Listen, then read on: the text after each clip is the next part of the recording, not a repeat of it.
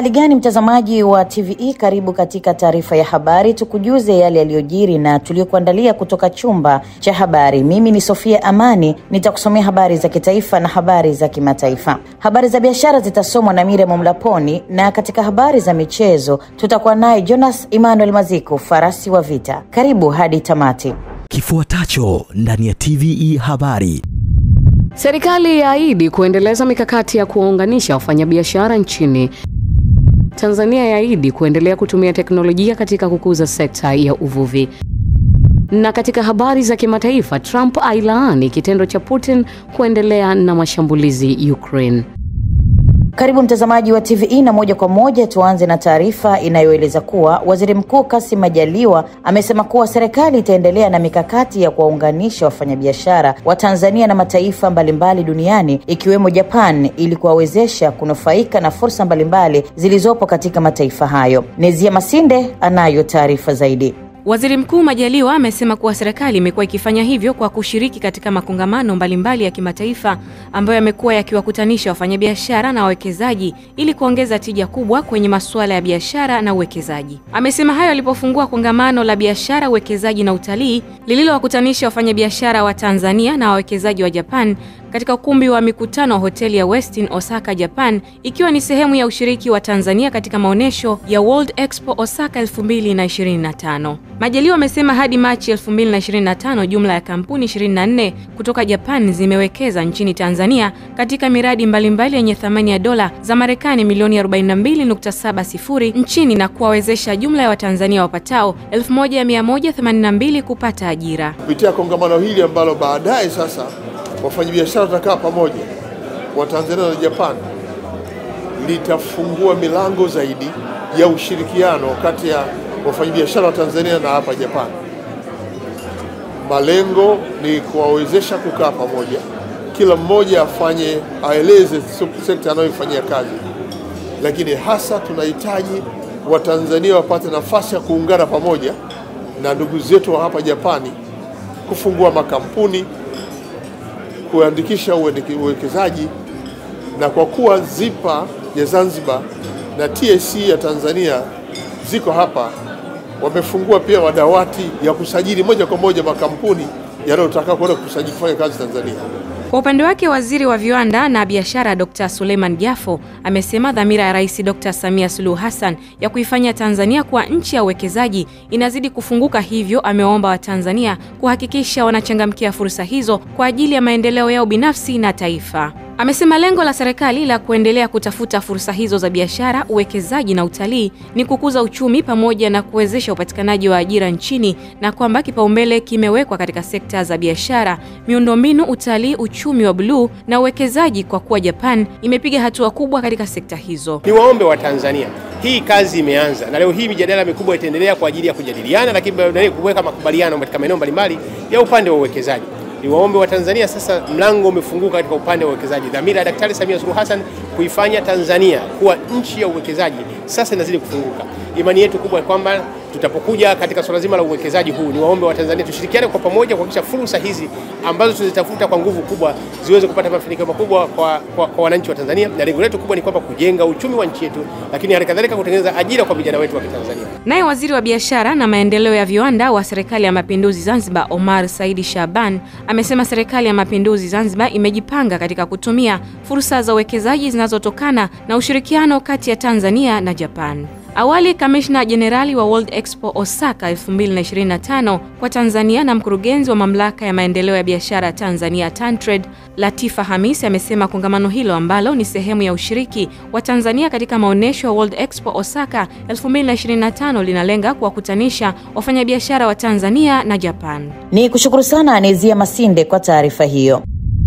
Kituo cha ubia kati ya sekta binafsi na serikali PPC kwa kushirikiana na Chuo Kikuu cha Dar es Salaam chini ya kituo cha utafiti na demokrasia REDIT wanatarajiwa kufanya kongamano la wazi ili kushirikisha wasomi kuelekea utekelezaji wa dira ya taifa ya maendeleo ya 2050 ambayo imekuwa ikihimiza ubia baina ya serikali na sekta binafsi katika kufanya baadhi ya miradi ya maendeleo. Goodluck Msola ametuandalia taarifa zaidi. Kwa mujibu wa mkurugenzi mtendaji wa PPPC David Kafulila, amesema Kongamano hilo ambalo litaendeshwa kwa njia ya wazi siku ya kesho na kurushwa mubashara na vituo mbalimbali vya radio na TV katika Chuo Kikuu cha Dar es Salaam, litazamwa kama mlango wa kufungua ushiriki wa kundi la wasomi katika kutoa michango yao kwenye sera na sheria zinazopitishwa na serikali kupitia ubia baina ya sekta binafsi na serikali katika kujenga uchumi wa kipato cha hadi dola trilioni 1 ifikapo mwaka 2050 na kuifanya Tanzania kuwa kati ya mataifa 19 yenye uchumi wa juu duniani. Tuliona ipo haja ya kushirikisha au kushirikiana na taasisi kubwa na muhimu kama Redet ambayo imebobea katika uendeshaji wa haya makongamano kwa lengo la kwanza kushirikisha umma, lakini zaidi kufanya wanazuoni wa Tanzania wawe sehemu ya fikra katika eneo hili kwa lengo la kuhakikisha kwamba tunafikiri katika namna ambayo inafanana kati ya serikali na wanazuoni tunapozungumza masuala ya ubia kati ya sekta ya umma na sekta binafsi. Kwa mdahalo wa kesho msingi wake, kongamano la kesho msingi wake ni huo, na sisi ni sehemu ya kutimiza wajibu wetu kama kituo cha ubia kufanya public engagement kwenye masuala ya kisera, kisheria pamoja na programu za masuala ya ubia kwa lengo la kuhakikisha kwamba tunapata mawazo, changamoto, mitazamo juu ya namna ya kufanya vizuri zaidi tunapokwenda mbele. Aidha, Kafulila amesema hatua hiyo imelenga kuongeza uelewa miongoni mwa jamii juu ya dhana ya PPP ambapo kwa sasa inatizamwa kama mwelekeo mpya wa mageuzi katika kutekeleza miradi mikubwa ya maendeleo, hali itakayopunguza mzigo kwa serikali katika kutekeleza miradi hiyo. Kwa mnafahamu kwamba serikali inakwenda kuzindua hiyo dira ambayo inalenga kujenga uchumi utakaofika takriban dola trilioni 1 katika miaka 25 ijayo. Uchumi ambao ukubwa wake unaozungumza ni takriban sawa na nchi 19 tu duniani ambazo kwa sasa zimefikia kiwango hicho. Kwa hiyo ni assignment kubwa ambayo tunakwenda kuifikia, tunaifikiria au serikali inaifikiria kuifanya, na kwa hiyo uhusishaji wa wasomi, wanazuoni kwenye kuchakata mtazamo wa serikali na programu za serikali, sera zake pamoja na sheria zake na namna ambavyo imejipanga kufikia ni muhimu sana. Kwa upande wake, mwenyekiti wa kituo cha utafiti na demokrasia kutoka Chuo Kikuu cha Dar es Salaam Redet, Profesa Rwekaza Mkandala, amesema katika kongamano hilo wameandaa mada 3 ambazo zitawasilishwa na mkurugenzi mtendaji wa kituo cha PPP pamoja na mada nyingine itakayowasilishwa na waziri wa zamani wa ardhi, nyumba na maendeleo ya makazi Profesa Anna Tibaijuka. Kuna watu wa mada watatoa mada ndogo 3 ambao ni mmoja atakuwa ni mkurugenzi mkuu David Kafulila ambaye ataizungumzia hiyo dhana ya PPP na nafasi yake katika kuelekea dira ya taifa ya 2050. Baada ya hapo kutakuwa na mada ndogo ya pili, itakuwa ni nafasi ya sekta binafsi na mitaji kutoka nje katika ujenzi wa uchumi wa Tanzania. Hii itawasilishwa na Profesa Abel Kinyondo. Yeye ni profesa wa uchumi Chuo Kikuu cha Dar es Salaam katika idara ya uchumi. Mada ya 3 itakuwa ni nafasi ya PPP katika kukuza uwekezaji na ufanisi katika uendeshaji wa serikali za mitaa. Kama wote tunavyojua, serikali za mitaa ni wadau wakubwa kabisa katika utawala bora na kuleta maendeleo hasa vijijini lakini hata mjini. Kwa hiyo Dr. Jeje Kafigi yeye atatoa wasilisho hilo. Kituo cha PPP kinasimamia jumla miradi 84 ya ubia kati ya sekta ya umma na sekta binafsi ambayo ipo katika hatua mbalimbali za utekelezaji. Miradi hiyo ipo kwenye sekta ya usafirishaji, nishati, miundombinu na maeneo mengine. Ni kushukuru sana Goodluck Msola kwa taarifa hiyo. Naibu Waziri Ofisi ya Makamu wa Rais Muungano na Mazingira Hamisi Hamza Hamis amewataka baadhi ya wananchi wanaopotosha kuhusu muungano kuacha vitendo hivyo na badala yake waulinde na kuuenzi, kwani umeleta manufaa makubwa. Mohamed Jamal anayo taarifa zaidi. Ametoa wito huo bungeni jijini Dodoma wakati akijibu swali la nyongeza la mbunge wa viti maalum Mariam Azan Mwinyi aliyetaka kujua nini kauli ya serikali kuhusu kuwepo kwa wimbi la upotoshaji wa muungano. Akijibu swali hilo, Naibu Waziri Hamis amesema pamoja na hatua mbalimbali, serikali inaendelea kutoa elimu kwa wananchi kwa kutumia njia mbalimbali zikiwemo vyombo vya habari. Aidha, akijibu swali kuhusu taasisi ngapi zimefungua ofisi zake Zanzibar, amesema kuwa jumla ya taasisi za muungano 33 zimefungua ofisi na kuanza kutoa huduma kwa upande wa Zanzibar, huku akitaja baadhi ya taasisi hizo kuwa ni Jeshi la Polisi, Uhamiaji, Mamlaka Vitambulisho vya Taifa NIDA, Benki Kuu ya Tanzania BOT, Mamlaka Mapato Tanzania TRA na nyinginezo. Lakini nichukue fursa hii mheshimiwa, ni waonye sana wananchi wa Tanzania waache baadhi yao tabia ya kubeza muungano huu, kwa sababu hapa tulipo ni kwa sababu ya nguvu na muungano huu. Aidha mheshimiwa, nichukue fursa hii nimwambie tu mheshimiwa kwamba jumla ya taasisi 33 za muungano zimeshafunguliwa Zanzibar na zimeshaanza kufanya kazi, na hivi tunavyozungumza zinatoa huduma kwa wananchi. Tunayo Jeshi la Polisi, tunao Uhamiaji, tunao NIDA, tunao BOT, wapo TRA, zipo taasisi nyingi zimeshafunguliwa na zinafanya kazi mheshimiwa. Lakini pia kuna ofisi ya bunge pale ambayo ni sehemu ya Jamhuri ya Muungano ipo Zanzibar. Ni kushukuru sana Mohamed Jamal kwa taarifa hiyo. Na mtazamaji, tukiwa bado jijini Dar es Salaam kuelekea uchaguzi mkuu unaotarajiwa kufanyika Oktoba mwaka huu, Jumuiya ya Wafanyabiashara Wadogo nchini maarufu kama Machinga imeratibu maombi na dua maalum ya kuliombea taifa amani, tukio ambalo limekwenda sanjari na kongamano la kumpongeza Rais Dr. Samia kwa uongozi bora. Mrisho Mapeyo ametuandalia taarifa zaidi. Dua hiyo pamoja na maombi imefanyika kwenye viwanja vya Mnazi Mmoja jijini Dar es Salaam, ikijumuisha mamia ya wafanyabiashara wadogo, viongozi wa madhehebu mbalimbali ya dini pamoja na viongozi wa serikali, ambapo mchungaji Boniface Mwamposa na Sheikh Muhyiddin Mkoyogole kutoka BAKWATA wameongoza dua hiyo. Kwa sababu wewe ni Mungu, tunakushukuru Mungu mkuu kwa sababu ya taifa hili ambalo uliliteua na ukaliweka na ukalipa jina Tanzania kupitia viongozi wetu na waasisi. Asante Mungu kwa sababu ya ardhi yetu hii na anga la Tanzania na bahari, tunalibariki kwa jina la Yesu. Tunakuomba umhifadhi nchi yetu hii, lakini vile vile na umhifadhi mama yetu Daktari Mama Samia Suluhu Hassan. Umhifadhi yeye na watendaji wake wote, umhifadhi mbele yake na nyuma yake, umhifadhi kuliani kwake na kushotoni kwake, umhifadhi juu yake na chini yake, na uwahifadhi watendaji wake wote kabisa wanaosimamia katika shughuli zake aliowateua na wengine kadhalika. Akizungumza jijini Dar es Salaam mara baada ya dua na maombi hayo, makamu mwenyekiti wa Machinga Taifa ambaye pia ni mwenyekiti wa Machinga wa Kariakoo, Steven Lusinde, ameiomba serikali kuendelea kuwatambua na kuwaboreshea mazingira, huku pia wakiomba taasisi za fedha kuwaamini na kwamba wako tayari kulipa kodi. Tukamfuata mkurugenzi wa maendeleo wa benki ya maendeleo, tukamueleza, tukasema hawa mabenki wakubwa wanasema si hatuna dhamana. Sasa tukuombe we Machinga mwenzetu, tuna jambo. Sisi tunataka tuzamini maneno kwako, halafu wewe tuzamini mali, sisi tutakulipa. Yule maendeleo benki akasema tunaomba utuambie.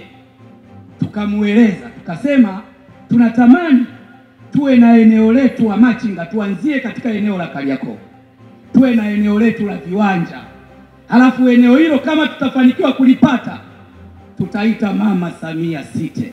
Mara baada ya kusikiliza changamoto za Machinga, Waziri wa Nchi Ofisi ya Rais TAMISEMI Mohamed Mchengerwa ameelekeza masoko yote nchini kutambua uwepo wa Machinga, huku naibu spika wa bunge na mbunge wa Ilala Musa Azan Zungu akitaka kuharakisha kanzidata ya Wamachinga kwani wapo tayari kulipa kodi. Maelekezo yangu kwa katibu mkuu, masoko yote ya kimkakati yanayojengwa nchini, waelekeze wakurugenzi wote wa halmashauri kuhakikisha kwamba Wamachinga kote nchini wanapewa kipaumbele kufikiriwa katika maeneo ambako tunakwenda kujenga masoko ya kimkakati kabisa. Na katika hili ninatambua kwamba soko letu la Kariakoo, ujenzi unaendelea. Ujenzi umekamilika. Katibu mkuu na mkuu wa mkoa, nendeni mkakae muone mambo mawili yafuatayo. Kwanza, kufikiria uwezekano wa machinga nao kuwafikiria katika eneo hayo kwa namna mtakavyokubaliana nao, kwa namna ambavyo mtakubaliana nao. Lakini mbili, tumeona maombi hapa ya mwenyekiti wa wafanyabiashara. Hebu kaeni mkifikirie kupitia soko letu la Kariakoo, angalieni uwezekano kwa mwenyekiti wa wafanyabiashara na timu yake, na wao wapate ofisi pale kwenye soko la kisasa la kimataifa la Kariakoo. Pata takwimu hapa za usajili wa machinga. Niwaombe wanaohusika, maelekezo ya rais yasipuuzwe au yasifanywe kwa mzaha, na wala msione kuwatafuta machinga ni dhambi. Tuna tabia ya kutokuthamini michango ya wafanyabiashara wadogo wadogo. Mheshimiwa mgeni rasmi, mkoa wa Dar es Salaam una machinga takriban 500,000. Hawa kwa siku moja, sababu mfanyabiashara mdogo mdogo hataki mahesabu, hataki bugudha, yuko tayari kutoa shilingi 300 kwa siku. Nasema tu 300, sio 500, 300. Kwa mwaka ni bilioni 54. Kwa hapa tu Dar es Salaam bilioni 54. Hata hivyo, kupitia kongamano hilo na dua, mkuu wa mkoa wa Dar es Salaam Albert Chalamila amesema machinga ni watu wanaopaswa kuendelezwa kiuchumi ili waweze kulipa kodi na sio kutumiwa na baadhi ya wanasiasa kwa maslahi yao, huku mkuu wa wilaya ya Ilala Edward Mpogolo akieleza namna ambavyo machinga wameendelea kuwezeshwa na Rais Dr. Samia. Kwamba machinga sio genge la kupitishia siasa nyepesi. Machinga ni kundi maalum linalotakiwa liendelezwe kwa ajili ya kujenga uchumi wa baadaye. Na kama kuna kiongozi yoyote wa kisiasa atatumia faida ya kundi hili kwa kuwa na mitaji midogo na kulifanya kama kundi maalum katika mitaji ya kisiasa, tutakuwa tumepoteza focus, kwa sababu wafanyabiashara wakubwa wa kesho wanaopaswa kulipa kodi kwa ajili ya taifa letu ni hawa hapa walioko leo. Sisi leo ni dua, shukrani kwa rais wetu kwa mambo mengi ambayo ametufanyia. Kwetu sisi Ilala ameleta zaidi ya bilioni 317, Mheshimiwa Rais. Kwetu sisi, Mheshimiwa mgeni rasmi, ametujengea soko la Kariakoo lililoungua, lakini Mheshimiwa Rais ameleta fedha, soko limejengwa. Lakini pia ameahidi kujenga soko la machinga. We mwenyewe upo, mimi siwezi kusema. Mafanikio haya, Mheshimiwa mgeni rasmi, unaoyaona yamejengwa kwanza kwako wewe kama waziri wetu wa TAMISEMI, ambaye ndiye baba, ndiye mlezi wetu, ndiye ambaye uko katika ofisi ya rais. Lakini kwenye mkoa wetu tumepata mlezi bora bomba, mkuu wetu wa mkoa wa Dar es Salaam, Mheshimiwa Albert John Chalamila. Tumekuwa naye, amekuwa akitoa uongozi kwa wilaya zote. Kwetu sisi Ilala tunasema na upendeleo mkubwa. Mpigieni makofi. Ni kushukuru sana Mrisho Mapeyo kwa taarifa hiyo. Baraza la usimamizi wa mazingira nchini NEMC limesema kasi ya uchafuzi wa mazingira nchini, hasa kupitia kusambaza kwa taka za plastiki, kumeongezeka kufuatia kurejea kwa matumizi ya mifuko ya plastiki, hali inayotishia ustawi wa viumbe hai. Goodluck Msola ametuandalia taarifa zaidi. Akizungumza na wanahabari jijini Dar es Salaam kuelekea maadhimisho ya siku ya kimataifa mazingira itakayoadhimishwa Juni 5 mwaka huu, mkurugenzi mtendaji wa NEMC Dr. Immaculate Semesi amesema uchafuzi huo unakwenda sanjari na uharibifu wa mazingira ambao umepelekea kutoa mmomonyoko wa ardhi sanjari na ukame. Hivyo amesema baraza hilo litahakikisha linaendelea kutoa elimu kwa jamii ili kuhimiza matumizi sahihi ya mifuko ya plastiki pamoja na utunzaji wa mazingira. Ni kukumbushana, binadamu tumeumbwa kusahau au kujisaulisha au kuwa wakorofi. Ndio maana tuna sheria. Kwa hiyo tutaendelea kukumbushana hatua mbalimbali na kusema kwamba hii ni haramu, yani tuiogope kama sumu. Na ni kweli ni sumu kwa sababu taka inaua mifumo ya ekolojia na ufanyaji kazi wake, na pia ni sumu katika miili yetu na afya zetu. Unaona urahisi tu wa kubeba, ni bei rahisi, lakini unaifanyaje isije ikakudhuru kwa kila unachokifanya. Kwa hiyo ukitambua kwamba hii hapa ni sumu, huwezi kugusa sumu. Hivi tunakulaga zile au tunashika sumu ya panya kizembe, si hata haziuzi madukani kwa sababu ni sumu. Kwa hiyo na wewe ukiona mfuko wa plastiki, hebu iweke kichwani mwako kwamba hii ni sumu. Aidha, Dr. Semesi amesema katika kuelekea maadhimisho ya siku ya kimataifa mazingira duniani, baraza hilo litatoa elimu pamoja na kufanya baadhi ya programu ili kuendelea kuhakikisha linakabiliana na hali ya uharibifu wa mazingira nchini pamoja na mzagao wa taka za plastiki ambao umerejea kwa kasi nchini. Tunaamini kuwa jamii ikielimishwa vizuri itaweza kuchukua hatua za kulinda mazingira, kwani mazingira ni msingi wa maisha yetu.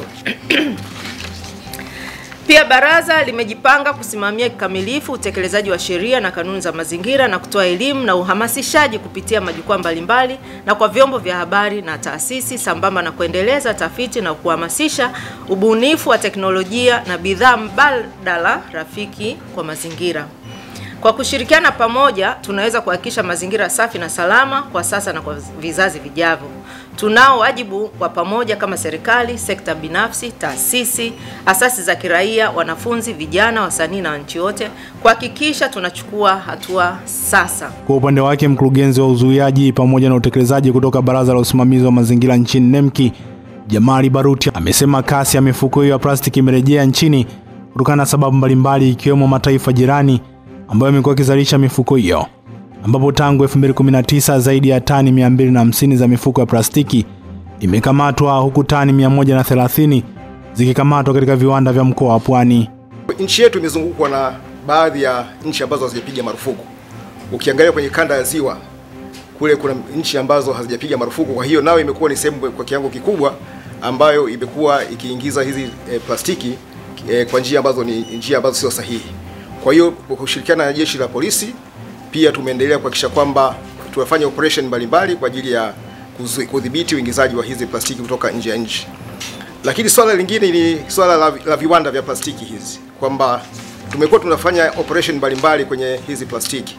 Kwa kiwango kikubwa unakuta ni kwamba mashine hizo ambazo zinazalisha bidhaa za plastiki ambazo ni sahihi, wakati mwingine kwa sababu ni swala la kubadilisha tu mifumo, zimekuwa zikizalisha hizi plastiki ambazo haziruhusiwi. Kwa hiyo bado tumekuwa tukiendelea na operation kama kusema kwamba tumeweza kudhibiti karibu tani 250 za plastiki na tunaendelea kukamata mpaka sasa, zoezi linaendelea. Lakini vile vile tumeendelea na swala la uhamasishaji na kutoa elimu kuhakikisha kwamba bidhaa mbadala ambazo ni rafiki kwa mazingira zinafanywa kazi. Ni kushukuru sana Goodluck Msolla kwa taarifa hiyo. Na mtazamaji, tuelekee sasa mkoani Katavi ambapo mkuu wa wilaya ya Tanganyika mkoani Katavi, Onesmo Buswelu, amewataka wananchi kutumia vizuri kitambulisho kwa ajili ya kuchagua viongozi wanaofaa kuwatumikia kwa miaka 5 ijayo. Neema Hussein ametuandalia taarifa zaidi. Buswelu ameyasema hayo wakati akizungumza na wananchi wa Tongwe katika usomaji wa taarifa ya utekelezaji wa ilani ya Chama cha Mapinduzi, huku mbunge wa jimbo la Tanganyika Selemani Kakoso akitumia nafasi hiyo kutaja maeneo ambayo serikali imefanya vizuri kwa kipindi cha miaka 5. Wananchi wote, vijana, wazee, akina mama na akina baba, vile vitambulisho kazi yake ya kwanza vinakupa fursa ya kwenda kupiga kura kumchagua kiongozi ambaye unampenda na mwenye sifa ya kuongoza maeneo yetu, waheshimiwa madiwani, waheshimiwa wabunge na mheshimiwa rais, ili kuleta maendeleo na kutimiza yale ambao wananchi wana matamanio yao. Vitambulisho hivi vyaweza kutumika kwa shughuli nyingine, ikiwemo kukutambulisha unapokwenda kwenye benki, kwenye vikundi, lakini lengo moja ni kufanya uwe na sifa ya kupiga kura. Kwa hiyo tulizingatia hilo. Tulikuwa na vituo vya afya 3 tu. Kituo cha afya cha Mishamo, kituo cha afya cha Karema na kituo cha afya cha Mwese. Na hivyo wenyewe vilikuwa jina, lakini uhalisia serikali ilianza kuvikarabati vikawa vituo bora na vizuri. Kwa sasa kwenye vituo vya afya kunafanyika hatua ya upasuaji. Tumepunguza idadi ya vifo vya kina mama, hasa wajawazito ambao walikuwa wanapata vifo vya mara kwa mara kwa sababu ya huduma duni. Akisoma utekelezaji wa ilani hiyo kwa ngazi ya jimbo, katibu wa mbunge Saidi Wambali amesema zaidi ya bilioni 500 zimetolewa na serikali kwa ajili ya utekelezaji wa miradi mbalimbali ya maendeleo, huku wananchi wakitoa shukurani kwa mbunge na kuomba aendelee kusimamia utoaji wa huduma bora katika vituo mbalimbali vya afya. Takriban shilingi bilioni 519 886 milioni 664,557. Piga makofi kwa mheshimiwa Kagongo tafadhali. Fedha hizi ni fedha nyingi, wastani wa shilingi bilioni 520. Ndugu zangu, fedha hizi zimekwenda kutekeleza miradi ya afya, miradi ya sekta ya elimu, miradi ya sekta ya ujenzi wa barabara, sekta ya maji na sekta ya nishati ya umeme. Katika swala la afya, tulikuwa tunaomba ndugu mgeni rasmi mbunge wetu wa kijiji cha Majalila aweze kutuboreshia. Kwa sababu gani? Watu sasa wamekuwa wakienda hospitali wanatozwa ada, kwamba wale mama wajawazito wanafungua kadi 25,000. Tena anapoenda kupima wanalipa 5,000 kila mwezi. Kwa hiyo hilo swala tulikuwa tunaomba aweze kuliweka sawa. Kwa upande wa mheshimiwa mbunge, tunamshukuru, wamejitahidi, ametetea maendeleo ndani ya wilaya yetu ya Tanganyika. Mpaka sasa mbunge wa jimbo la Tanganyika Selemani Kakoso ametembelea kata 15 kati ya 16 kuelezea utekelezaji wa ilani ya Chama cha Mapinduzi ya mwaka 2020-2025. Ni kushukuru sana Neema Hussein kwa taarifa hiyo. Na tuelekee sasa mkoani Geita ambapo kamanda wa polisi mkoa wa Geita Safia Jongo amekemea vikali tabia chafu ya baadhi ya waganga wa jadi kuwaingilia kimwili wanawake kwa kisingizio cha kuwapatia tiba za kienyeji na baadaye kuwafanya mateka kwa kuwarekodi wakati wa vitendo hivyo na kuwatishia kuwadhalilisha iwapo hawatatoa maslahi binafsi. Taarifa na Joel Maduka kutoka Geita inafafanua zaidi. Kamanda Jongo ametoa kauli hiyo wakati wa ziara ya mkuu wa mkoa wa Geita Martin Shigela katika ziara ya kata ya Nyakagombo ilani Geita iliyolenga kusikiliza kero za wananchi pamoja na kukagua miradi ya maendeleo. Amesema kuwa vitendo hivyo vinachafua taswira ya waganga wa jadi wanaofanya kazi zao kwa uaminifu na kwamba vyombo vya usalama havitasita kuchukua hatua kali kwa wale watakaobainika kujihusisha na matendo hayo ya kiharifu yanayohatarisha amani ya jamii. Ingia tabia mbaya zaidi kwenu nyewe waganga. Mnafanya zinaa na wake za watu kwa kuwadanganya, mnawatibia.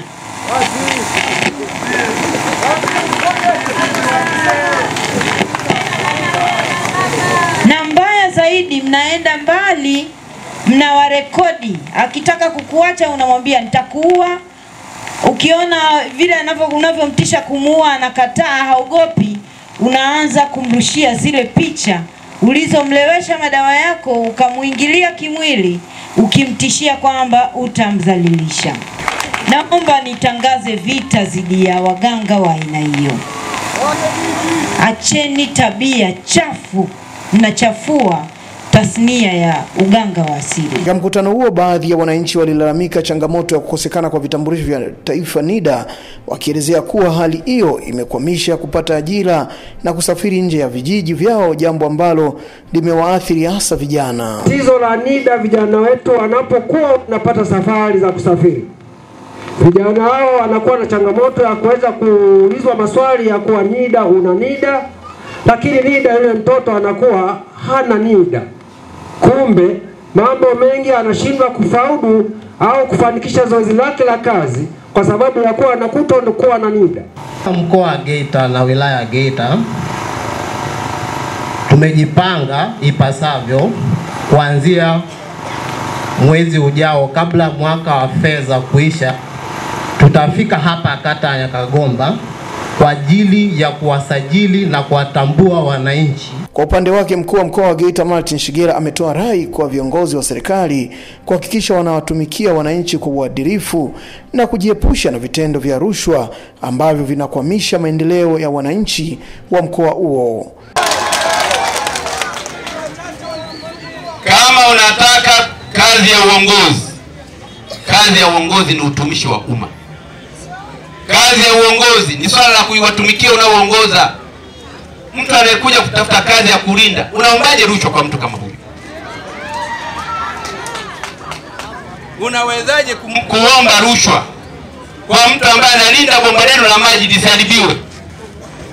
Halikubaliki. Mkuu wa mkoa wa Geita Martin Shigera anaendelea na ziara ambayo imekuwa na nia ya kusikiliza kero za wananchi pamoja na kukagua miradi mbalimbali ya maendeleo. Ni kushukuru sana Joel Maduka kwa taarifa hiyo. Siku ya matendo mema ambayo inakumbusha thamani ya kusaidiana na kuwa na moyo wa huruma kwa wengine imeadhimishwa kitaifa wilayani Arumeru mkoani Arusha, ambapo msisitizo ni kufanya matendo mema ili kuiweka dunia kuwa mahala salama pa kuishi. Hazla Omari anayo taarifa zaidi kutoka Arusha. Siku ya kimataifa ya matendo mema mkoani Arusha imefanyika kwa namna ya tofauti, ambapo wajasiriamali wamefanya maonyesho ya bidhaa zao, elimu ya masuala ya fedha, kuchangia damu, elimu ya masuala ya hedhi sanjari na elimu ya afya ya uzazi. Sisi tumesherehekea kitofauti, tumeandaa maonyesho ya wadau mbalimbali na wajasiriamali, wauguzi, watoa huduma, kwa sababu wao wote wamekuwa ni baadhi ya watu au mashirika au mataasisi ambao wakifanya matendo mema kwa namna moja ama nyingine. Kwa hiyo tumewaita pamoja kwa ajili ya kushare kazi zao, kuonesha wajasiriamali kuuza vitu vyao na kutoa elimu kwa wananchi, pia elimu mbalimbali. Dawati ya jinsia ilikuwa inatoa elimu, watu wa TAKUKURU, elimu ya uwekezaji kutoka UTT na elimu ya afya pia kutoka kwa madaktari wetu, lakini Maternity Africa. Dunia imekuwa na matendo mengi ambayo yamekuwa ni maovu, tukiamini kwamba kama kauli mbiu inavyosema, kila mtu akifanya jema, akitenda mema, akiishi mema na akiwafanyia wengine mema, basi dunia inakuwa sehemu nzuri na salama ya kuishi. Leo kulikuwa na elimu kubwa, elimu ya uwekezaji, elimu ya mlipa kodi, dawati la jinsia. Kwa hiyo mimi nimefurahi kwa sababu tumeweza kufanya matendo mema kwa kutoa elimu na kuwakutanisha watu pamoja katika event hii ili waweze kuwa interacting one another, kufahamiana na vile vile kutengeneza fursa za kufanya kazi kwa siku za usoni. Akizungumza kwa niaba ya mkuu wa wilaya ya Arumeru, kaimu afisa tarafa ya Poli Richard Molel amesisitiza wajasiriamali kutoa huduma nzuri pamoja na bidhaa zenye ubora, kwani kwa kufanya hivyo ni sehemu ya matendo mema. Wajasiriamali na wafanyabiashara, ninawapongeza kwa kazi kubwa mnayofanya katika kukuza uchumi wa familia na taifa.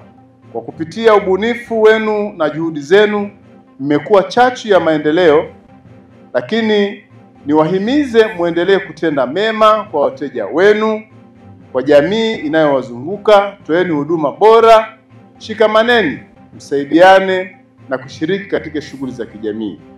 Biashara njema ni ile inayojali binadamu. Tunaweza pia kuboresha na kudumisha miradi ya maendeleo ambayo haina impact tu katika nafasi zetu sisi binafsi, lakini katika taifa kwa ujumla. Tunaweza kujenga jamii iliyo bora, tunaweza kujenga taifa bora kwa kuweza kufanya matendo mema. Siku ya matendo mema ilianzishwa mwaka 2007 na mtu kutoka taifa la Israel, ambapo hadi hivi sasa inaadhimishwa na nchi zaidi ya 130 duniani, na kauli mbiu ya mwaka huu ni tenda mema kwa maendeleo ya jamii na taifa kwa ujumla. Ni kushukuru sana Hazla Omari kwa taarifa hiyo. Na mtazamaji, hii ni taarifa ya habari. Mimi ni Sofia Amani. Tupate mapumziko mafupi kisha tutaendelea na taarifa ya habari. Kifuatacho ndani ya TVE habari. Tanzania yaahidi kuendelea kutumia teknolojia katika kukuza sekta ya uvuvi.